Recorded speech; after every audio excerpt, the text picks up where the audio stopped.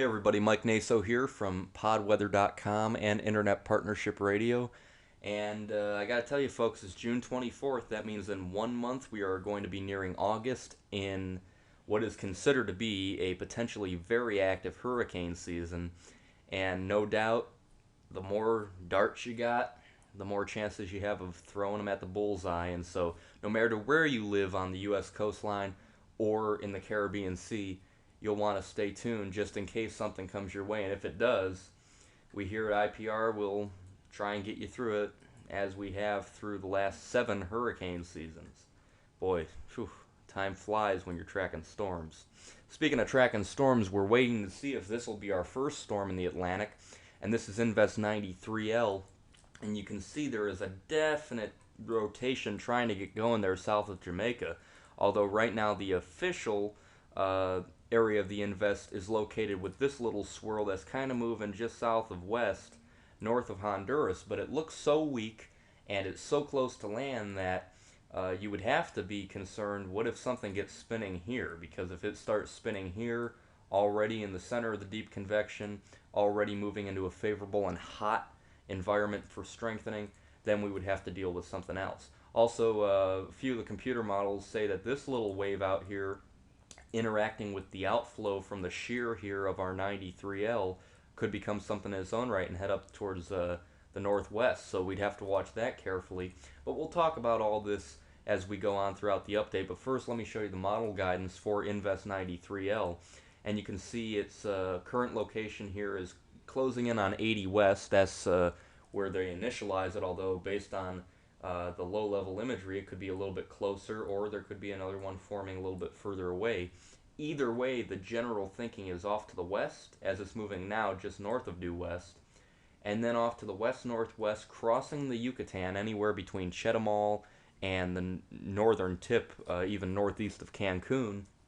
After that, a lot of uncertainty. Some take it west towards Tampico, others take it towards Texas, others take it towards the Florida Panhandle. Now, most likely, as you can see with the gray line here, the consensus is Louisiana, but it's far too early. We don't even have a center of circulation yet. But if it does take a cone, it would be probably somewhere within this area, and that's very, very broad because it's so ill-defined, but it gives you a general idea anywhere from northern Mexico to the panhandle of Florida, mainly the Texas-Louisiana coastline, but this would be 4, 5, 6 days away at least. Now, again, it's uncertain just how strong the system could get. Again, if it does move over the Yucatan, it's probably better off being a weak system. That way it could just organize once it leaves. Whereas if it's a hurricane, it could get pretty damaged over the Yucatan, come back out, and never reclaim its former glory. We saw that with Hurricane Isidore back in '02, which made landfall 934 millibars, hit Louisiana 984 millibars. So just think, Isidore could have been a Katrina had it not been for the Yucatan, but of course the Yucatan had to take the brunt of that storm. Now there's the GFDL model, and it does bring it ashore as a hurricane. It'd be Hurricane Alex near Gulf Shores, Alabama here in about 120 hours on the 29th, and it does show a lot of tropical storm winds with it, a little patch of hurricane winds that allow it to keep that 65 knots, 75 mile an hour hurricane, and does bring it in there towards the coastline of Gulf Shores, Alabama. However, it's still unknown whether or not it would be a little bit stronger, a little bit weaker, if it'd be somewhere else on this track. That's not what's important. The point is the GFDL is picking up on a system that we'd have to watch because, as I mentioned, it could strengthen. Now the Canadian model, as you can see here, does bring the system up in a few days, and you can see obviously takes it as a hurricane, a very potent hurricane based on that resolution, straight into southeast Louisiana and Mississippi. I mean, that would be just a very nasty hurricane right there. And also note it does bring that system I mentioned up and around from northeast of the Lesser Antilles. So based on this model, this would be Alex and Bonnie. Whether or not that model pans out, too early to say. Now the GFS model does bring what's left of our system in a few days up towards Louisiana, but not much of it. However, it does start to spin up the system and brings it back Look at this, it brings it back to the coast. It takes whatever there is of this system, pulls it out with a front, leaves something behind that develops and spins back around and hits South Carolina. And this would be towards a week and a half, 2 weeks from now. And this, based on this resolution, would probably be close to a hurricane. You can see it brings it ashore in South Carolina. So that's a little bit crazy, but so can the tropics. They can be a little bit crazy themselves, so we'll have to watch that carefully. There's the NAM model, also picking up on two systems. It takes our first system into the Gulf here, across the Yucatan.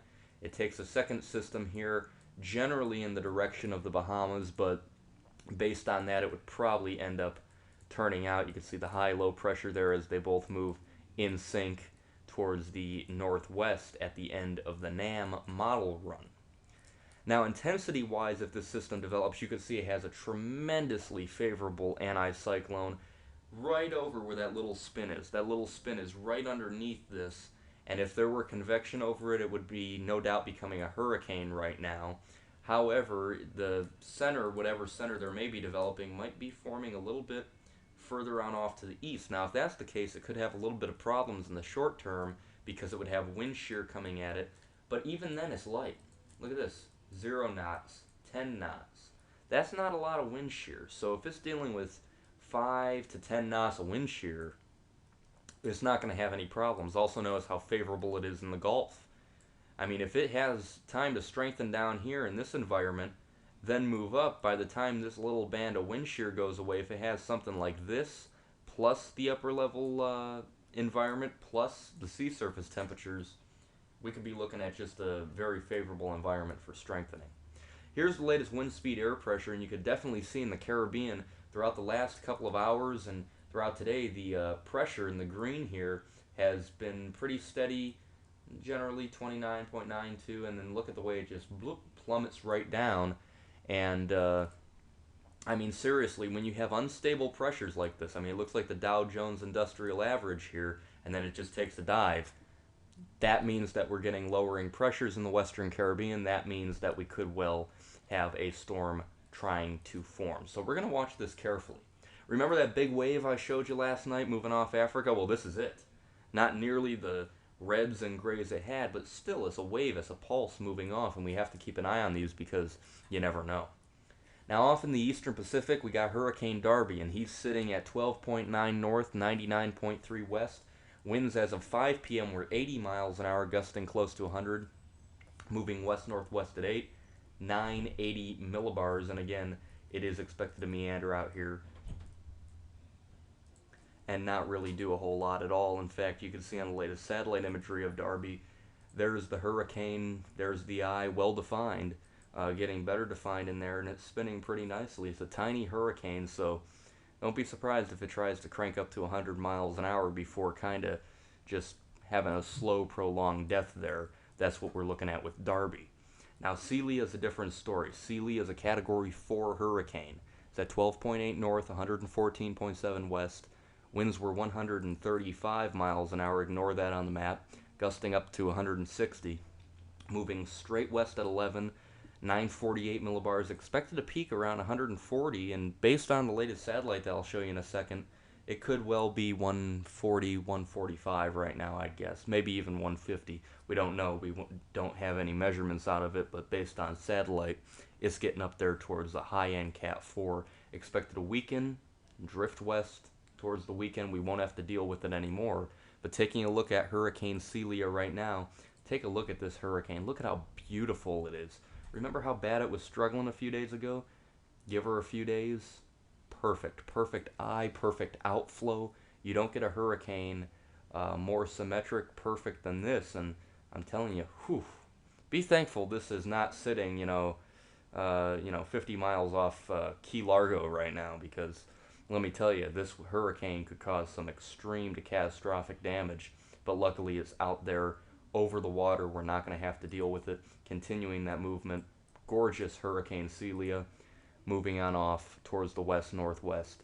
Not a problem for anybody at all. So that'll do it for the tropics. I'm Mike Naso. I'll see you next time. Stay tuned to IPR365.com.